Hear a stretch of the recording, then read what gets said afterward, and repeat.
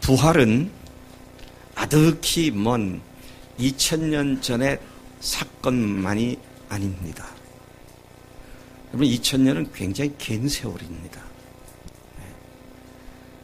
불과 30년만 해도 굉장히 긴 세월이죠. 제가 지난주 우리 신대원에서 강의를 할 때 내가 신학교 입학한 것이 1976년이었다. 그렇게 얘기하니까 30 좀 넘은 여학생이 웃더라고요.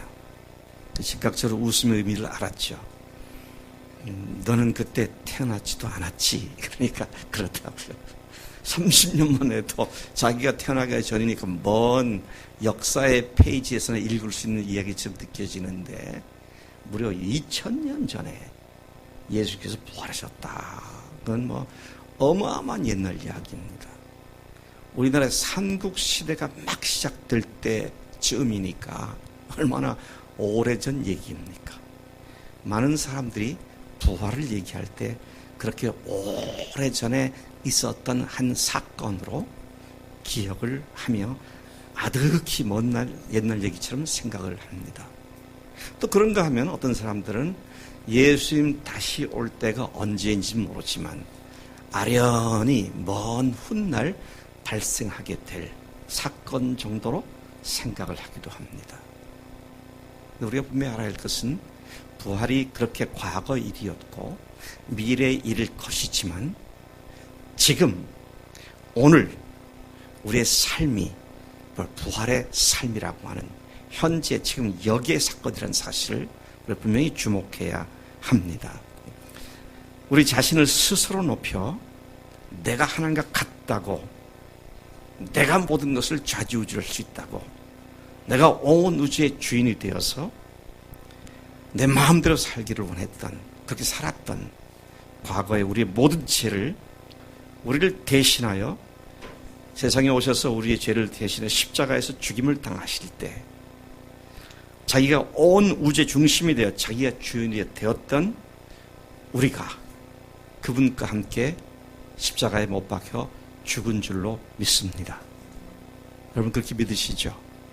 내 옛사람, 자기가 주인 됐던 죄, 그런 말미암는 수많은 죄악들을 위하여 예수님께 십자가에서 우리에서 못 박아 죽으셨고 그때 우리도 그분과 함께 죽었다.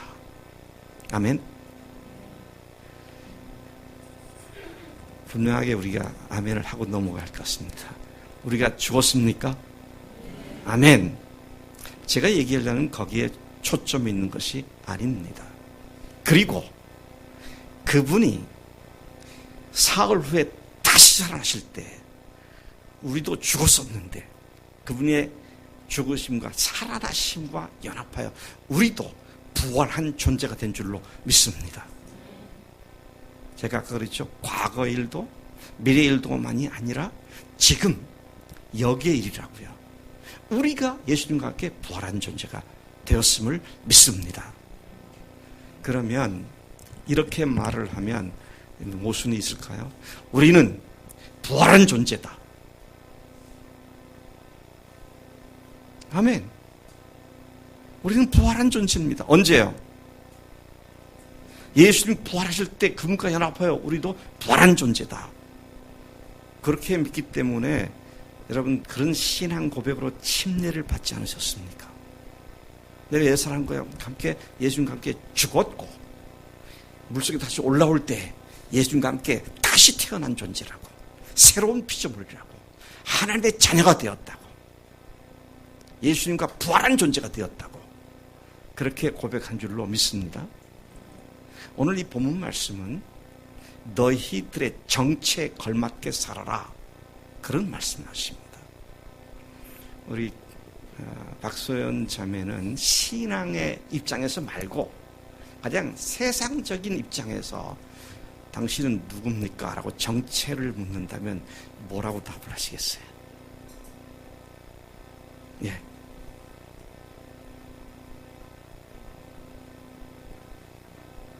한 남자의 아내이고 두 남자 아내가 얼마나 감정을 보겠어요. 두 아이의 엄마고. 그렇죠. 그럼 이번엔 반대로 묻습니다. 우리 최상대 형제는 신앙적인 측면 말고 일반적으로 세상 사람들이 보는 눈에서 볼 때 최상대 형제는 누굽니까? 예. 예. 그리고 사회적으로는 네. 예. 우리가 그렇게 자기 정체성을 얘기합니다. 그렇죠? 당신 누구냐? 그러면 내가 누구다 얘기하죠. 그리고 그렇게 정체성에 걸맞게 사는 겁니다. 우리 박소연 자매나 최상대 형제가 참 아주 중요한 말을 했어요. 한 아내의 남편이고 한 남자의 아내다. 그러니까 다른 남자, 다른 여자 안 쳐다보는 거예요. 정체성이 그러니까 말이죠. 근데 결혼하지 않은 누굴 지목할까? 다영이 여러 여자들을 만날 수 있지. 거기 총각의 특권이야. 오. 근데 결혼을 할 때는 오직 이 남자만, 이 여자만. 그렇게 되잖아요. 자기의 정체성에 따라서 사람들 살게 돼 있습니다. 저를 보고 사람들이 저를 보고 누구냐? 그러면 나는 목사다. 신학교에서 가르치는 교수다. 그러니까 저는 늘 뭘 보더라도요. 목사의 눈으로 보고 교수의 눈으로 봅니다. 그게 제 정체성에 관한 겁니다. 근데 여러분 오늘 정체성을 분명히 하십시다. 이제 여러분들이 고백한 믿음에 근거해서 당신은 누굽니까? 라면 나는 누구 어떤 누구다. 뭐라고 답을 하시겠어요? 당신은 누구냐? 영적으로 하나님 앞에서 당신 누구냐? 그렇게 물으면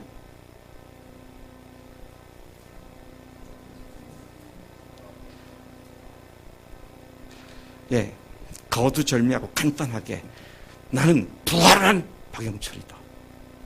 이렇게 나와야 돼요. 예수님과 함께 부활한 나다. 여러분 부활이 아까 그랬잖아요. 그래서 자꾸 그 말 하는 겁니다. 아득히 먼 과거 얘기만이 아니고 아련한 미래의 일만이 아니라 오늘 내 정체성을 형성시켜주는 것이 예수님의 부활이라는 말씀인 것입니다. 그분과 함께 죽었고 그분과 함께 살아난, 그래서 이제는 죽었다가 살아난 박영철, 부활한 안주현. 이제는 우리가 부활한 자로서의 정체성을 갖고 사는 것이 마땅한 삶이다 하는 것이죠. 우리 다영 형제의 정체가 뭐야? 학생이잖아. 그럼 학생 하면 우리가 다 기대하는 게 뭡니까? 공부하는 거. 딱 그게 나오죠. 네. 안영재는 다 졸업을 했어. 안영재는 지금 열심히 지금 여러 곳에 원서를 쓰고 있잖아. 근데 어디 회사 입사를 했다. 그러면 그때는 안영재는 어느 회사의 직원 안영재. 그렇게 되잖아요. 그게 자기 이름 앞에 붙는 타이틀이 자기 정체성을 드러내주는 말이잖아요. 근데 오늘 하나님 앞에서 내가 누구냐라고 할 때 분명하게 가져야 할 정체성은 뭐예요? 부활한 박영철이다. 옛사람은 죽었고 이젠 예수님과 함께 부활한 아무개다. 이렇게 자기 정체성을 분명하게 선언할 수 있어야 한다는 것이죠. 아멘이십니까? 그럼 저랑 같이 해보십시다. 나는 부활한 아무개다. 한번 크게 해봅시다. 시작. 나는 아멘. 이게요, 정체성이 팀이하면 제대로 살 수 못해요. 근데 내가 분명히 여러 가지로 나를 소개할 수 있지만 내 스스로 나는 누구다라고 할 때 예수님과 함께 죽었고 예수님과 함께 부활해서 지금은 부활한 아무개다. 이렇게 정체성을 갖고 살라고 사도 바울이 골로새 2장에서 우리가 읽은 본문 말씀에서 그렇게 강조하고 있습니다. 그렇기 때문에 부활한 자들은 더 이상 자기가 주인이 아니고 부활하신 예수님이 주인 되셔서 그분과 함께 부활한 자로서 그분이 내 속에서 내 삶의 주인 되셔서 그분이 인도하신 대로 순종하는 삶을 사는 것이 그리스도인 삶이고 부활한 자의 삶이다 그런 말씀인 것입니다. 여러분, 성경에서 하나님은 예수님을 주님으로 모시고 살아가는 자들은 더 이상 자신들을 위해 사는 자들이 아니고 이제는 우리를 대신하여 죽으시고 부활하신 예수님을 주님으로 모신 자로서의 정체성에 합당한 삶을 살 것을 명령하고 있습니다. 그렇게 신앙을 고백하고 선포하고 그렇게 살으라고 말씀하십니다. 우리가 잘 아는 말씀, 우리 교회에서 자주 인용하는 말씀, 아마 웬만한 사람들은 외웠을 말씀, 로마서 14장 7절부터 9절까지가 그 말씀하고 있지 않습니까? 우리 중에 아무도 자기를 위해 사는 자가 없고 자기를 위해 죽는 자도 없도다. 우리가 살아도 주를 위해 살고 죽어도 주를 위해 죽나니 그러므로 우리가 사나 죽으나 다 주의 것이로다. 이를 위하여 그리스도께서 죽었다가 다시 살아나셨으니 곧 죽은 자와 산 자의 주가 되려 하심이라. 부활한 아무개로서의 정체성을 가진 사람들은 자기를 위해 살지 않고 주님을 위해 사는 삶의 근본이 뒤바뀌어진 그런 사람들이라고 말씀하고 있습니다. 주인이 바뀐 자, 자신의 삶의 주관자가 바뀐 사람들, 그가 바로 그리스도인이라는 말씀인 것입니다. 죽었다가 사흘 만에 부활하신 예수님을 주인으로 모시고 하나님으로 믿고 그분의 인도하심을 받는 매일의 삶을 살아가는 자들이 크리스찬, 그리스도인이라는 말씀인 것이죠.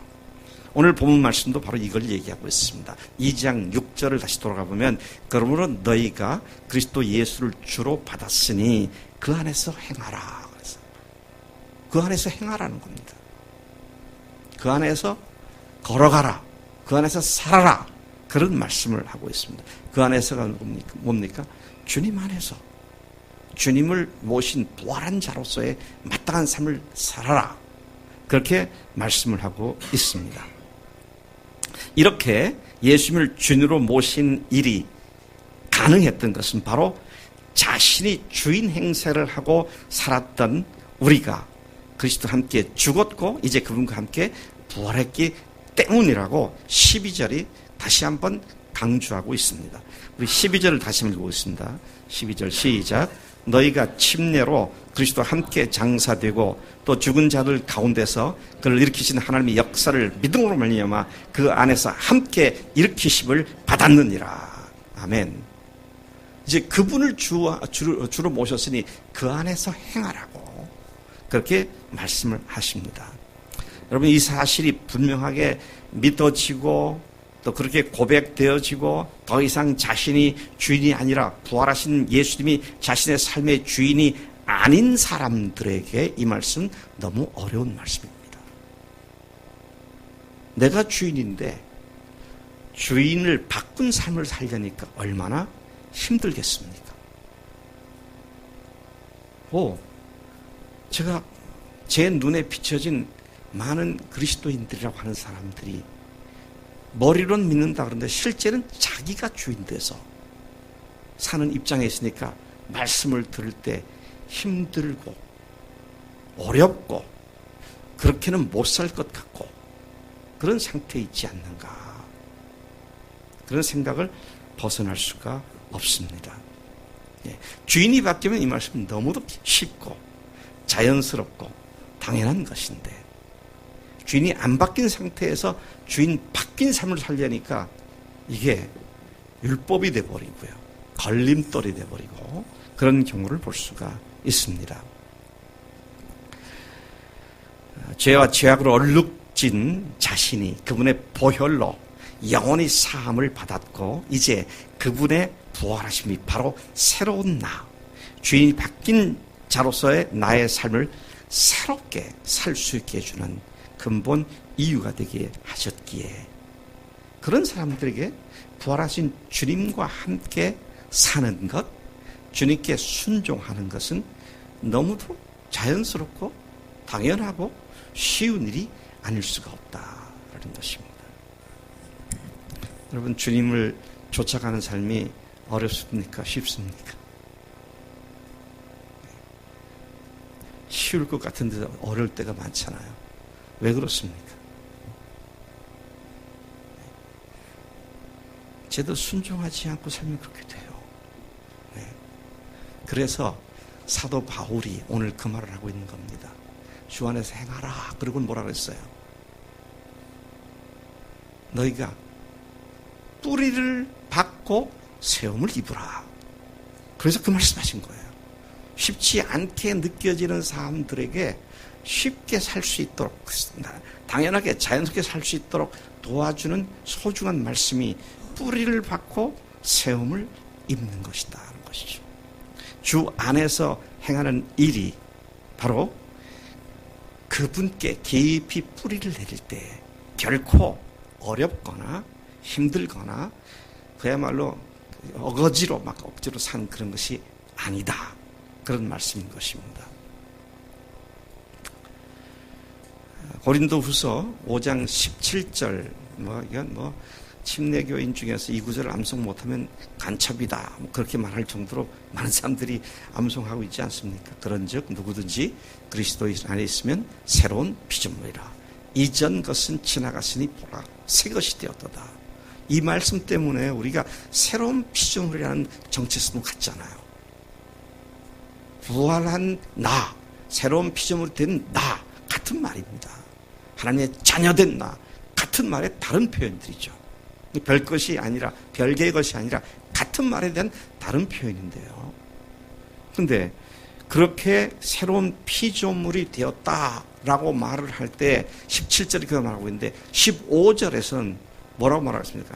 저가 모든 사람들을 대신하여 죽으신 이유는 산자들로 하여금 다시는 저희 자신을 위해 살지 않고 저희를 대신하여 죽었다가 다시 사신 자를 위하여 살게 하려 하심이라.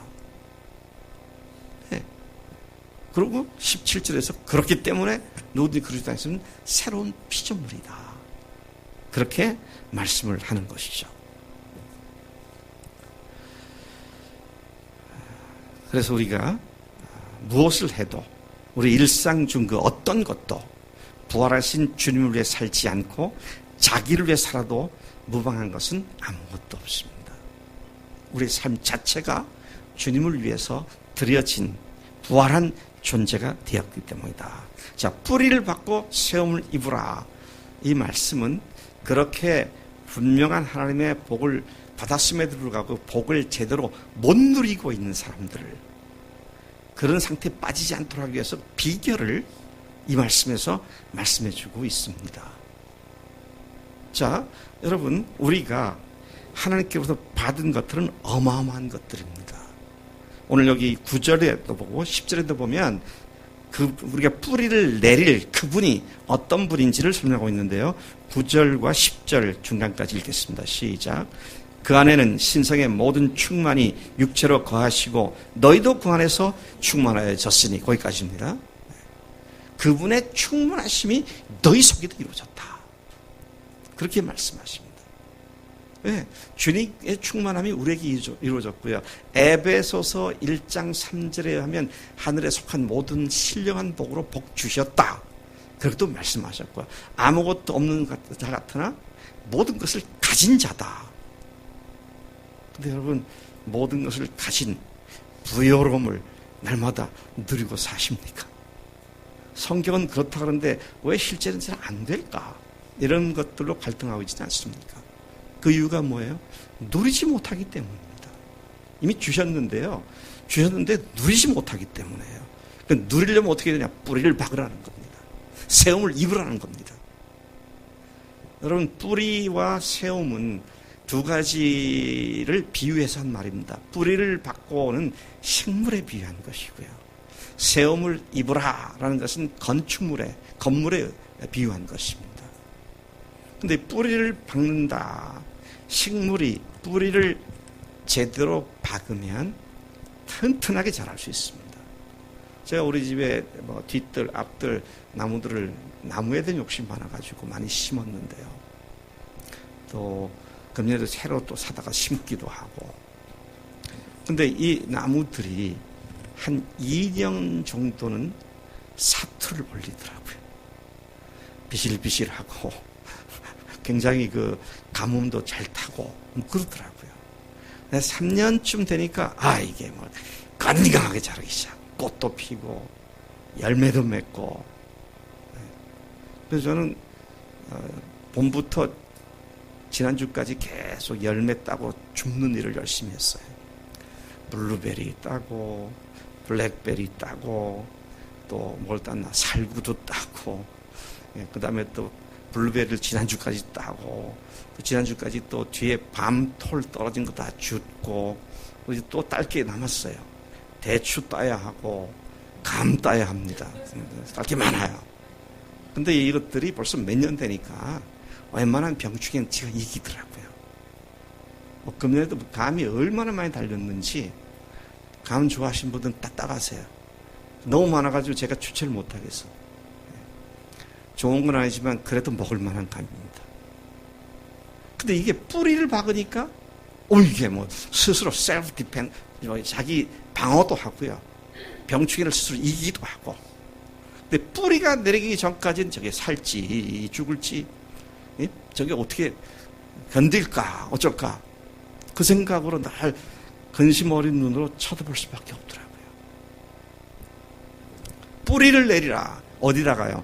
예수님이라는 어마어마한 신령함이 풍성한 그분, 그 토양에다가 뿌리를 박아서 그분으로부터는 놀라운 영양분을 갖다가 충분히 누리도록, 그렇게 지금 이 말씀을 하고 있는 거예요.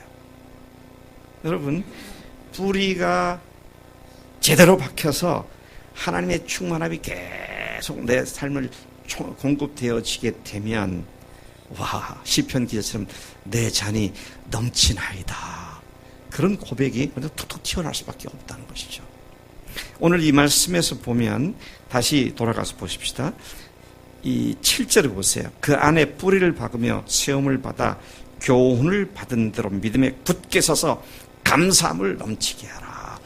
뿌리를 제대로 박고 하나님께로부터 주님께로 오는 그 풍성함을 누리게 되면 그냥 입에서 주님 감사합니다, 할렐루야, 감사합니다, 그런 그 툭툭 튀어나올 수밖에 없어요. 지난주에 우리 안영경 유치부 선생님이 우리 최건아 형제 그 손녀 소율이가 집에서 하는 얘기를 듣고 너무너무 감사했다고 그러더라고요.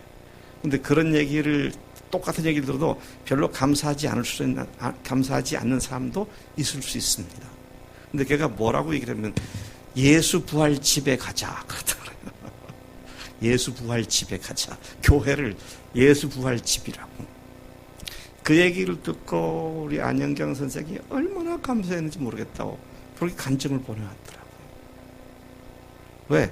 자기가 가르쳤는데 이 아이가 나온 지 얼마 안 됐어도 딱 머릿속에 인식 딱 박힌 것이, 교회는 예수님 부활을 얘기하는 곳이구나. 그래서 예수 부활 집에 가자, 그렇게 얘기를 하더라고 말이죠. 여러분, 주님 앞에 뿌리를 박고 부활하신 주님과 동행하며 부활한 정체성으로 살아가는 사람들은 어떻습니까? 날마다 그 입에서 연실, 감사하다는 말이 쏟아져 나오는 줄로 믿습니다. 네. 자, 계속해서 말씀을 드리겠습니다. 뿌리를 내리는 구체적인 행위가 뭡니까? 뿌리를 내리는 구체적인, 뿌리를 박는 구체적인 행위가 뭐예요?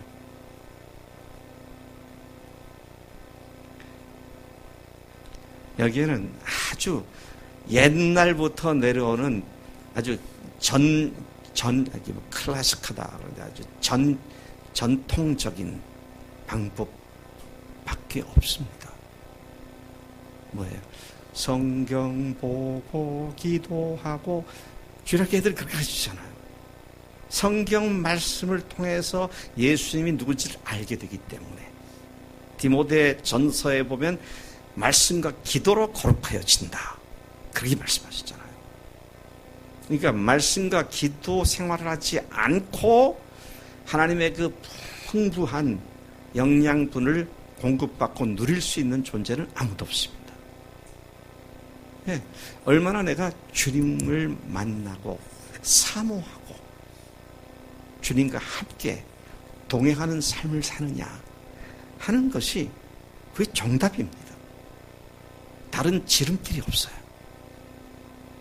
기도를 통해서 주 앞에 엎드려서 주님께서 하시는 말씀에 귀를 기울이고 내 사정을 아뢰고, 그래서 주님께서 내 사정 가운데 주의 뜻을 분명히 보여주시고, 그러면 또 다시 순종하고, 어떻게 살아야 되는지 잘 모르는 그런 상황에서 말씀을 통해서 인도함을 받고.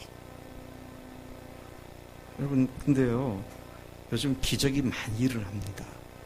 어떤 기적이?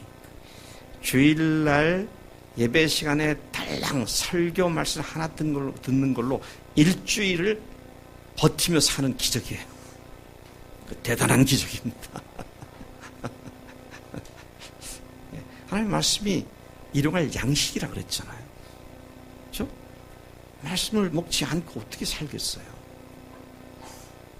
또 기도하지 않고 어떻게 주님의 뜻을 이해하고, 또 이해했다 할지도 어떻게 살 수 있는 힘이 있습니까? 제일 비참한 게 뭔지 아세요? 아는데 못 행하는 거. 그거 정말 비참한 일입니다. 왜? 그건 자기를 계속 괴롭히는 문제가 될 수 있기 때문에. 자, 그런데 뿌리를 내리는 일에 있어서 수시로 주 앞에 엎드려 기도하고, 말씀을 접하고, 말씀을 읽고, 공부하고, 암송하고, 묵상하고, 또 말씀을 듣는 기회가 있으면 열심히 듣고, 그래서 그 말씀이 내 삶을 인도하는 주의 음성으로 내 마음에 박힐 때에 그 말씀을 살아 역사하는 말씀이 된다라는 것입니다. 여러분, 여기 말씀 보면은요, 그 안에 뿌리를 박으면 세움을 받아 이 건물 짓는 것에 또 비유되고 있습니다. 제가 우리 교회 건물 지을 때 처음부터 자세히 봤어요. 보니까요, 기초를 다 닦고 나서는 그 다음에 철근을 엮어서 통째로 이제 이 기초를 시멘트를 붓고 하는데, 그때 붓고 굳어진 뒤에는 그 위에다가 각종 파이프를 갖다 탁 올려놓더라고요. 네. 그리고 벽체를 할 땐 또 군데군데 또 콘센트 집어넣을 자리도 만들어 놓고, 그 다음에 전기줄 집어넣을 것도 만들어 놓고, 그 설비라 그러죠, 설비. 전기 설비, 수도 설비, 인터넷 들어갈 거 다 만들고 벽체를 뒤는, 그 다음 거기다 또 쏟아 붓습니다. 시멘트를 철근으로 엮어가지고 말이죠. 그렇게 해서 끝에 가서 지붕까지 완성을 하니까 집이 되더라고요.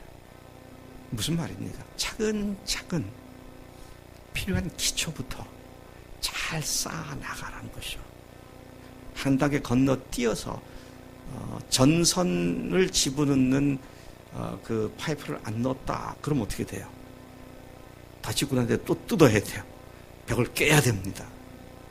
근데 그렇게 하지 않고 보니까 전부 그걸 사전에 계획해가지고 어디다가 어느 위치에다 뭘 넣고 이게 딱 되니까 집이 완성되고 난 뒤에 더 이상 손볼 것이 없는 그런 집이 생겨지더라고요.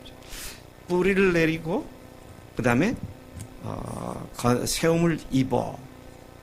이것은 세움을 입는다는 것은 빌딩이 세워지는 과정에 필요한 것들을 차근차근 순서대로 잘 기초를 닦아 나가서 세워져야 한다. 그런 것을 얘기하는 것이죠.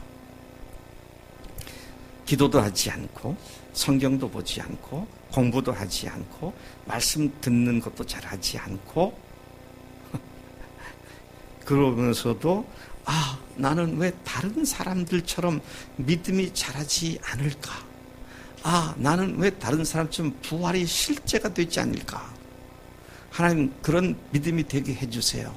하나님 그런 믿음의 사람이 되게 해주세요. 그거는요, 기도가 아니에요.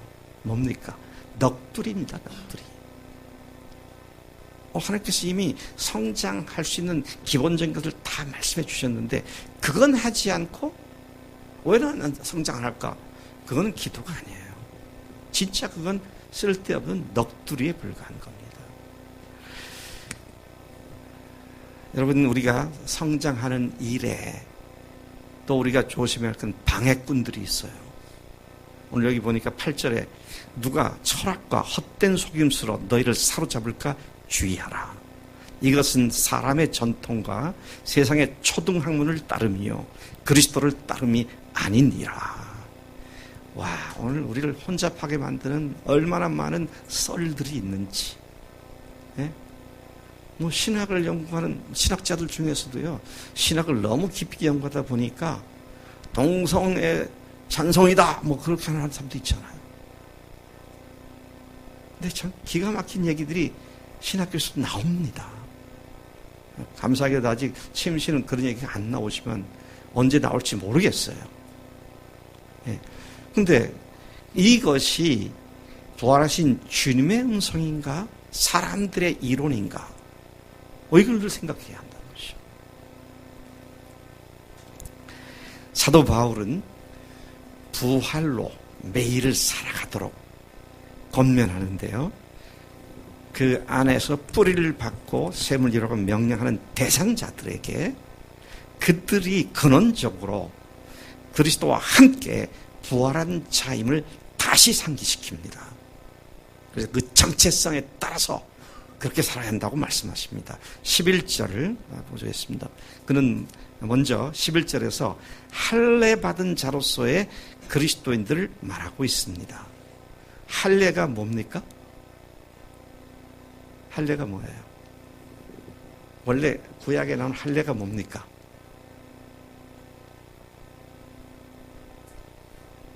빨리들 말씀하세요. 몰라서 답을 안 하는 건 아닌 것 같은데 할례가 뭐예요?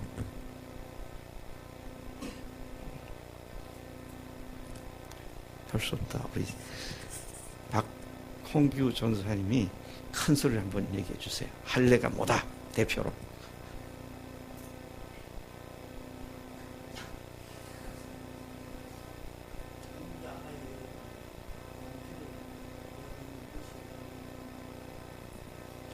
(50점) 그거는 할례 행위 그 자체를 얘기한 거고, 왜 그런 일을 했어요? 무슨 구별을, 어떤 구별? 진짜 이 백성이, 이 사람이 하나님의 백성이다. 그래서요, 유대인들은 이 할례 반대된 대단한 자부심 갖고 있잖아요. 그래서 이방인을 부를 때에 옛날 다윗이나 요나단이나 기타 여러 구약의 인물들이 이방인들을 뭐라고 불렀습니까? 할례 받지 못한 자들. 그러니까 이게요, 할례 받았다는 말은 하나님 앞에 특별히 구분된 자다, 이런 의미잖아요. 근데 사도 바울이 지금 뭐라고 말하고 있냐면 할례와 관계된 언급을 하고 있습니다. 자, 11절에 다시 돌아가서 보겠습니다. 11절 같이 읽겠습니다. 시작. 또 그 안에서 너희가 손으로 하지 아니한 할례를 받았으니 곧 육의 몸을 받는 것이요 그리스도의 할례니라. 이거는 사람의 어린아이의 양피를 베는 난지 8일 만에 하는 그거 아니고 그리스도의 할례다, 그렇게 표현을 하고 있습니다. 그러니까 할례가 하나님의 백성을 구분짓는 표식이었다고 한다면, 그리스도의 할례라고 말하는 이것도 뭐예요? 예수님과 함께 죽고 예수님과 부활한 자의 독특한 구분을 표현한 말로 이해가 되는 것이죠. 근데 이러한 그분과 함께 죽었고 그분과 함께 다시 살아났다고 하는 이 표식을 선포하는 의식이 뭡니까? 우리 침례죠. 우리 침례죠. 예수님과 함께 죄악된 나는 죽었습니다. 그리고 이제는 그분이 나를 위해 죽으시고 부활하신 그 주님이 나의 부활하신 주님이십니다. 그래서 나도 예수님과 함께 부활했습니다. 이게요, 드라마틱하게 피처리스크, 그림같이 잘 보여지니까 침례교가 침례를 주장하는 거예요.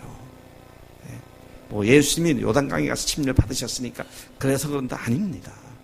이게 복음의 본질, 곧 내가 주인 됐던 삶은 죽었고 이제 그분이 나의 주인 되셔서 내가 다시 살아난 것은, 부활한 것은 예수님 나의 주님이십니다. 나는 그렇게 예수를 주님으로 모신 자입니다.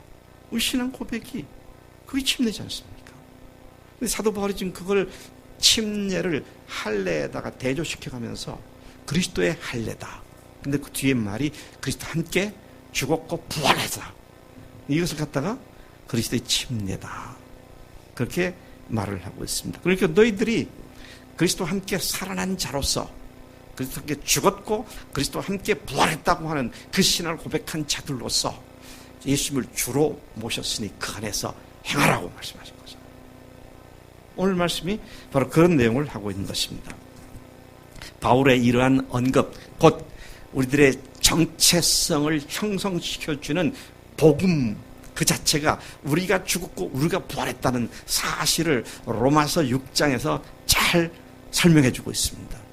그래서 우리가 침례 공부를 할 때는 꼭 이 부분을 같이 공부하게 되는데, 한번 6장 전체를 못 읽고요, 3절부터 5절까지를 지금 들으신 말씀을 머릿속에 연상을 하면서 한번 같이 읽어보시겠습니다. 로마서 6장 3절부터 5절까지입니다.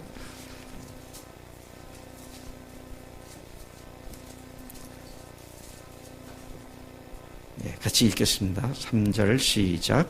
무릇 그리스도 예수와 합하여 침례를 받은 우리는 그의 죽으심과 합하여 침례를 받은 줄을 알지 못하느냐. 그럼 우리가 그의 죽으심과 합하여 침례를 받음으로 그와 함께 장사되었나니 이는 아버지의 영광으로 말미암아 그리스도를 죽은 자 가운데서 살리심과 같이 우리로 또한 새 생명 가운데서 행하게 하려 함이라. 만일 우리가 그의 죽으심과 같은 모양으로 연합한 자가 되었으면 또한 그의 부활과 같은 모양으로 연합한 자도 되리라. 그래서 연합이라는 말로 죽으심에 연합했고 그분의 부활하심에 연합되어서 너희들의 정체성 그 자체가 부활한 아무개로서 그분을 주로 받았으니 그 안에서 행하라고 그렇게 말씀을 하고 있는 것입니다. 그리스도인은 그렇기 때문에 부활로 일상을 사는 자들입니다.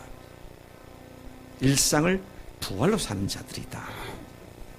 주님께서 십자가에 흘리신 바로 그분의 피로서 우리를 구원받았으니 이제는 그분의 놀라운 은혜에 보답하기 위해, 나를 위해 죽으신 그분의 은혜에 보답하기 위해 최선을 다해 주님께 헌신하고 힘쓰고 노력하는 것이 그리스도의 삶이 아닙니다.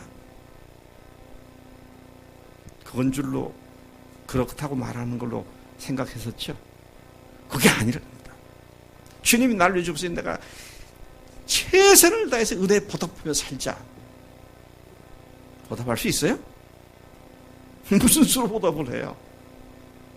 근데 놀라운 것은 많은 교인들이 그렇게 살고 있다는 겁니다. 제가 지난 11월 달에 중국 시안에서, 서안에서 강의했었을 때 그 800명 교회 목회자가 그렇게 고백을 하더라니까요. 정말 은혜 감사해서, 십자가의 보혈에 너무 감사해서, 분골 쇄신, 뼈가 부서지도록, 그냥 부서지도록 그렇게 했는데, 그래서 800명이 됐다고요. 근데 지금은 지쳤다고. 그래서 목회자를 사임을 하려고 그런다고. 근데 이번에 교수님 와가지고 그리스도의 삶이 그게 아니라 부활하신 주님과 동행하며 그분께 맡기고 의지하면 그분이 하신다니까 난 너무너무 자유스럽다고 말이죠. 와, 이게 진짜 엄청난 복음이죠. 예수 믿고 주님이라 하는 게 짐스럽고 부담스러우면 얼마나 하기가, 신앙생활하기 힘들겠어요. 근데 주인이 바뀌어버리니까, 그리고 부활하신 주님이 내 삶의 주인이시니까, 내 정체성이 부활한 박영철이니까, 그러니까 죄에 대해서 NO! 주님께 말씀해 Yes! Yes, sir! 그러면서 순종하고 하는 게 그리스도의 삶이라고요. 너무 단순하지 않습니까? 네? 여기에 군더더기가 필요 없어요. 그게 그리스도인 삶의 전부입니다. 근데 왜 그렇게 복잡해요? 왜 복잡하죠? 우리 마음이 복잡한 거예요.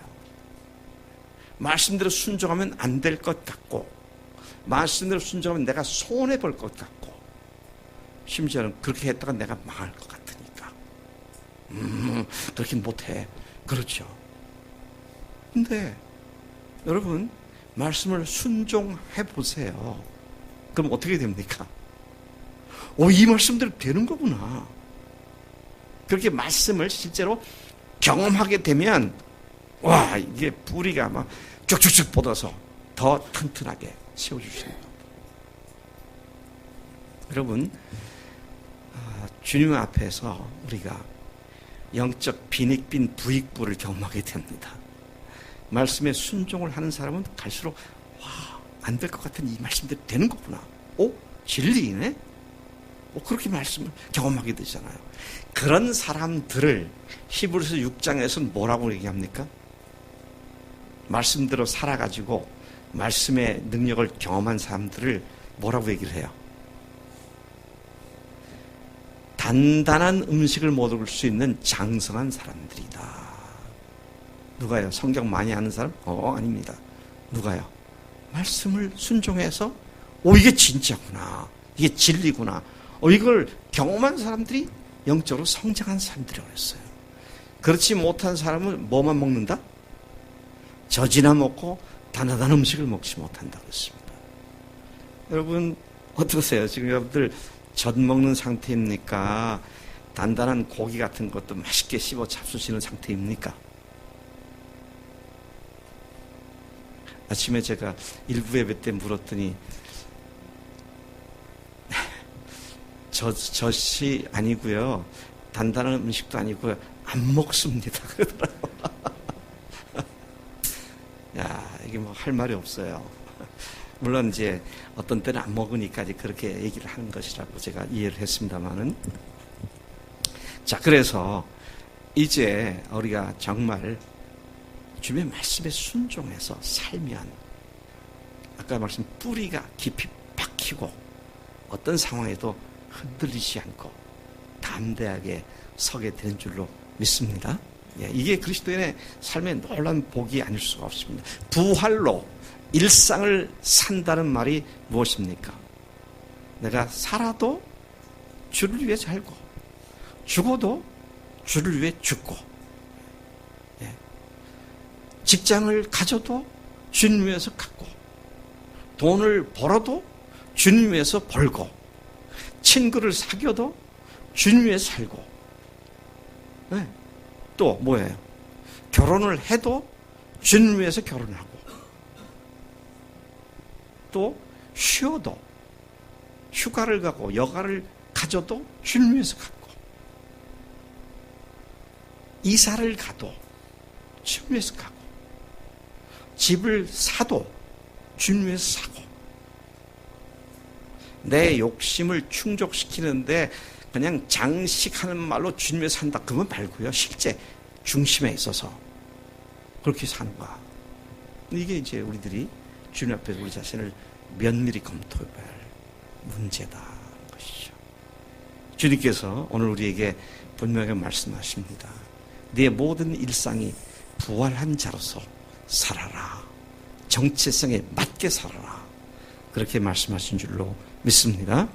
그리스도인은 예수님과 함께 부활한 자들입니다. 따라서 이제는 과거에 속한 삶이나 곧 자신이 주인 되어 자기를 위해 살던 삶을 더 이상 살지 않는 자들입니다. 이제는 부활하신 예수님과 함께 부활을 일상에서 사는 자들이 되었습니다.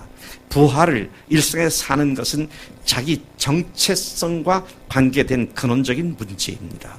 부활한 자가 부활로 일상을 살아가는 것은 너무도 자연스러운 일이며, 그 다음에 어떻습니까?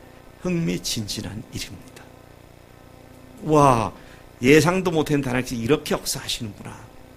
깜짝깜짝 놀라고, 그래서 저절로 입에서 주님 감사합니다, 이런 말이 튀어나오는 그런 삶이 되는 것이다 하는 것이죠. 자기가 주인 되어 살던 삶과는 너무도 판이하게 달라서 그렇게 흥미진진해진다는 것이죠. 창조주 하나님이시며 전지전능하신 하나님이 인도해 주신 삶이기에 실수가 없고 실패가 없고 우리의 삶에 놀랍고 흥분된 일들만 생겨나는 줄로 믿습니다. 대한민국 사람은 대한민국에서 일상을 삽니다. 미국 사람들은 미국에서 일상을 삽니다. 중국 사람들은 중국에서 일상을 삽니다. 그 나라의 헌법과 그 나라의 형법과 그 나라의 민사법에 따라서 일상을 삽니다. 천국 백성은 부활하신 주님과 함께 일상을 삽니다. 그래서 그게 매우 자연스러운 것처럼 우리도 주님과 함께 자연스럽게 사는 그런 일이 우리의 삶의 특징이 되어야 할 줄로 믿습니다. 다시 말씀드립니다. 부활은 2000년이 된 오래전에 발생한 사건으로 끝난 것이 아닙니다. 앞으로 언젠가 주님 오실 때 우리가 모두 다시 부활하게 될 것인데 미래에 있을 아련한 미래 이야기도 그것만도 아닙니다. 그래서 오늘 부활한 아무개로서의 정체성을 갖고 살아가게 하는 우리의 근본이 바로 예수님의 부활이고 부활은 우리인 줄로 믿습니다. 그것이 부활은 그리스도의 자연스럽고 당연한 삶의 모습이고 따라서 부활로 일상을 삽시다. 우리 한번 그렇게 주먹을 벌끈 쥐고 부활을 일상으로 삽시다. 그렇게 외쳐볼까요? 한 3번 연속해서 하겠습니다. 주먹부터 쥐시고요. 시작. 부활을 일상으로 삽시다. 부활로 일상을 삽시다. 부활로 일상을 삽시다. 아멘. 이렇게 살 때 안 믿는 사람들이 믿는 사람들 빈정거릴 한두 이유가 없어요. 비난거리가 되고 조속거리가 되고 완전히 무시할 수 있는 그런 삶이 아니라 그들을 변화시킬 수 있는 사회를 변화시킬 수 있는 그런 삶이 될 줄로 믿습니다. 하나님 아버지 감사합니다. 주님께서 오늘 부활로 일상을 사는 것에 관하여 골로새 2장의 말씀을 통해서 우리의 정체성이 부활한 암흑의 정체성을 갖고 살아간다는 이 말씀 참으로 귀한 말씀으로 받았습니다. 하나님 정체성에 뚜렷하게 좌우나 우나 치우치지 않고 정체성에 걸맞는 뿌리를 내리고 또 세움을 입어서 감사함을 넘치게 하는 우리의 일상이 되도록 복 주신 줄로 믿습니다. 감사합니다. 예수님의 이름으로 기도로 싸움나이다. 아멘. 아멘. 우리 찬송